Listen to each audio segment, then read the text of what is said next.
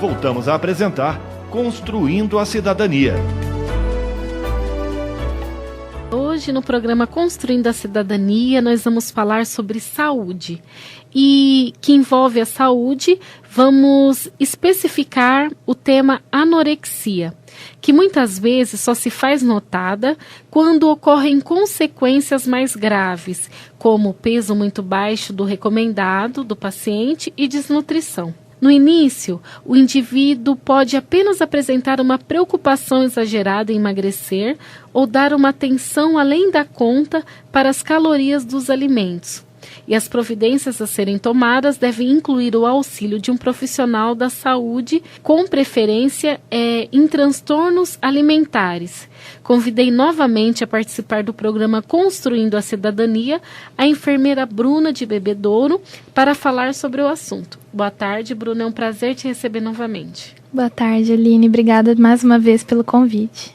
Bruna, uma pessoa que nunca teve problemas com a balança pode sofrer com anorexia nervosa? Sim, embora a maioria das pessoas que sofrem com transtornos alimentares tenha antecedentes de sobrepeso ou obesidade, algumas podem desenvolver comportamentos alimentares anormais sem nunca ter tido problemas com a balança. Isso porque essas pessoas passam por um distúrbio de autoimagem e elas se consideram gordas erroneamente.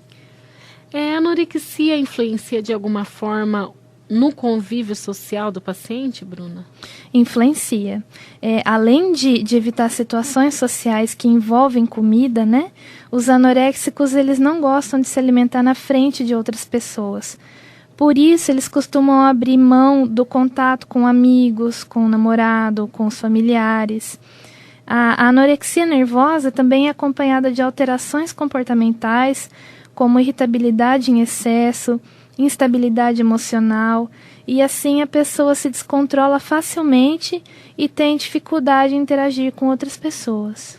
E a anorexia pode levar à morte? Caso o transtorno não seja devidamente tratado, né, ele pode evoluir e resultar em morte. As causas de óbito, elas variam entre doenças relacionadas à desnutrição ou desidratação e suicídio. Quem sofre com anorexia, Bruna, ela tem consciência de que passa por um transtorno alimentar?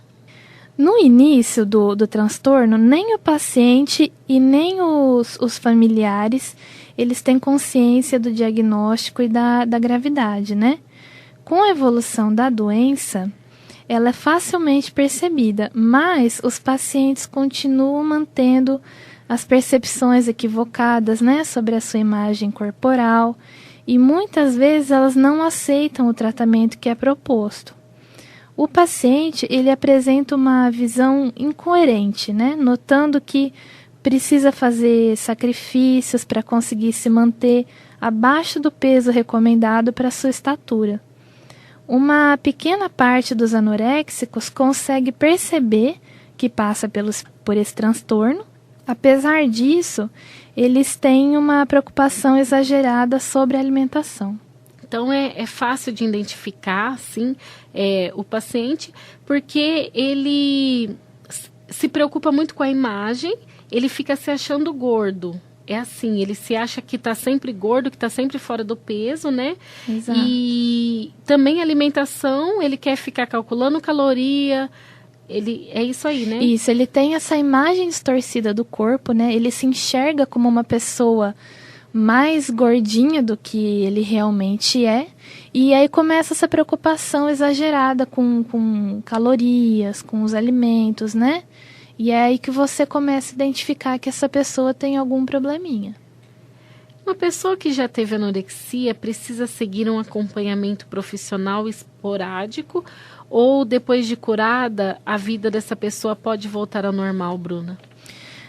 Diante de um transtorno alimentar, né, os pacientes eles apresentam resoluções diferentes um dos outros. Porém, a dinâmica do tratamento ela é única.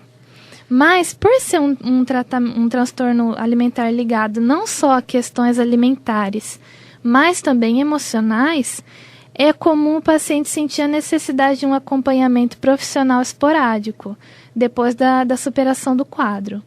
O retorno aos especialistas ele passa a ser mais prolongado, mas é muito importante, já que os pacientes eles podem apresentar remissão da anorexia ou dos transtornos psiquiátricos associados. Terminado o tratamento, quais são as chances dessa doença voltar? Com tratamento apropriado, metade dos pacientes se recupera totalmente. Alguns, no entanto, eles experimentam um padrão flutuante de ganho de peso seguido de perda. Já outros têm um curso progressivo da instalação de novos episódios da doença com o passar dos anos. A gente estima que cerca de 20% das pessoas que sofrem com anorexia, elas se mantêm cronicamente doentes. E o tratamento da anorexia ele pode ser isolado ou uma equipe multidisciplinar é indispensável? Ele pode estar se tratando sozinho ou é necessário uma equipe toda para estar auxiliando o paciente? Como é uma condição muito complexa, né? De problemas emocionais e fisiológicos apresentada nos transtornos alimentares, o ideal é que o paciente seja acompanhado por uma equipe de especialistas. Entre esses especialistas, né, a gente pode citar o psicólogo, o psiquiatra, o clínico, nutricionista, educador físico, fisioterapeuta e terapia ocupacional. Certo. E anorexia e depressão são males associados, pelo que você está falando, a pessoa tem muitos transtornos psiquiátricos, né? Uhum. E eles são associados a esses males, Bruna? Sim, a depressão ela pode aparecer como uma das alterações comportamentais causadas pela anorexia. Certo. E que tipo de terapia é mais eficaz nesses casos? O tratamento psicoterápico depende de cada pessoa, variando, né, conforme o curso e o estágio da doença. O que pode ser afirmado é que sessões individuais, em grupo ou mesmo as duas técnicas são elementos indispensáveis ao tratamento global da anorexia nervosa. Vale lembrar que os casos devem ser avaliados individualmente. Entendi. O que é melhor, então, é que a família que vê que aquela pessoa está com esses sintomas, procurem um médico especialista para ele, sim. A gente só está dando umas dicas aqui, né, para que as pessoas se atentem ao problema. Mas o ideal é que o profissional avalie a situação, né, Bruna? Exatamente. Como os especialistas eles podem reconhecer que o problema teve fim, Bruna? Eles reconhecem que a anorexia ela teve um fim quando a pessoa começa a ganhar peso, né? Ter aquela diminuição do medo de engordar, a partir da melhor percepção da autoimagem, da melhora dos parâmetros clínicos, né? Quando a moça ela retoma o ciclo menstrual, que o corpo começa a ficar regulado novamente, então a gente identifica que o transtorno teve a remissão do transtorno. Entendi. É possível tratar o mal mesmo que o paciente resista à força? Tem como a gente obrigar? Porque é difícil da pessoa que está com problema psiquiátrico ela aceitar o problema, né? Com Existe certeza. essa possibilidade? Em qualquer tratamento, né, a aceitação e o entendimento da doença é uma condição muito importante para a recuperação. E, infelizmente, quando isso não acontece e o caso se encontra no estágio avançado, envolvendo risco de morte, a equipe médica indica internação, muitas vezes contra a vontade do paciente anoréxico. Mas, assim, a gente vê que em qualquer tratamento, se o paciente não entende, se ele não compreende que ele tem um transtorno, é muito difícil atingir a cura realmente. E qual o prazer da pessoa anorexa? Recusar o alimento, perder peso ou não sentir prazer ao se alimentar, Bruna? O maior prazer da pessoa anoréxica está em resistir ao alimento. Então, esses pacientes relatam se sentir bem quando eles não comem. O prazer, então, está em dominar a fome, mesmo que para isso haja risco de morte. E algum distúrbio distúrbio psicológico é comumente notado em pacientes anorexos? A gente consegue identificar facilmente? Sim, as alterações psicológicas, né, que eles apresentam são ansiedade, depressão, podendo vir associada a fobia social, né, mudanças no ritmo de sono, levando à fadiga durante o dia, irritabilidade excessiva, instabilidade emocional, atitudes obsessivo-compulsivas por alimentos, por exercícios e alto nível de exigência consigo mesmo. Bruna, existe anorexia infantil e estes transtornos são mais frequentes em meninas, né? Conforme uma pesquisa que eu consegui estar verificando na internet. Isso tem relação ao culto ao corpo comum na sociedade? Com certeza, né? As meninas, elas correspondem a quase 95% dos casos de transtorno alimentar e, sem dúvida, o culto ao corpo responde por parcela muito importante, né, da culpa por tantos casos de anorexia nervosa, principalmente nas áreas litorâneas, né, onde o culto é maior ainda, as meninas de biquíni, né? É verdade. Então fica aí uma pressão maior ainda.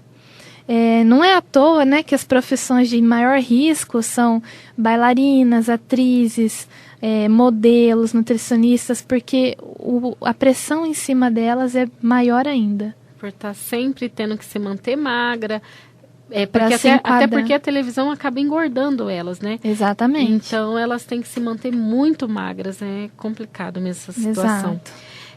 Bruna, qual o perfil psicológico de uma criança com distúrbio alimentar? Bom, fora o fato, né, de a criança ter um comportamento alimentar inadequado, né, de recusar a comida, de se preocupar com o que ela está comendo, elas não apresentam outro distúrbio identificável, tá? No entanto, o transtorno alimentar, ele não identificado e não tratado, ele pode levar essa criança a depressão, ansiedade e, nos casos de anorexia nervosa, até a morte. Bruna, quais os sinais da doença a que os pais devem ficar atentos, além da recusa do alimento? Bom, aquela recusa, né, absurda de alimentos que podem engordar. Então, a pessoa não quer nada, a criança não quer nada que possa fazer ela engordar. Isso, de fato, deve chamar atenção, mas não é só isso, né? A gente tem que estar atento ao que os nossos filhos andam vendo na televisão ou na internet. Programas e sites, né, voltados aos obesos de forma obsessiva, principalmente para crianças e adolescentes magras, né? São comportamentos muito sugestivos. Nossa, Bruna, são tantas as situações que podem ocorrer.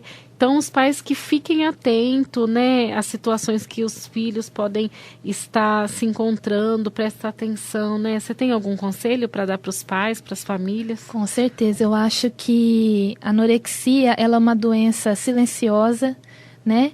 Mas se os pais prestarem atenção no comportamento dos filhos, se eles estiverem atentos a essa mudança de comportamento, o filho começou a regular o que quer comer, não importa se ele é muito pequeno, se ele tem aí 10 anos, já existem casos, né, de crianças tão novas já com casos de anorexia. Então, fiquem atentos mesmo com a programação que eles assistem, com a internet, né, a valorização do estar magra, do estar em forma, que isso é o que mais causa anorexia. E até porque, Bruna, uma criança que não se alimenta bem, ela não tem disposição, né?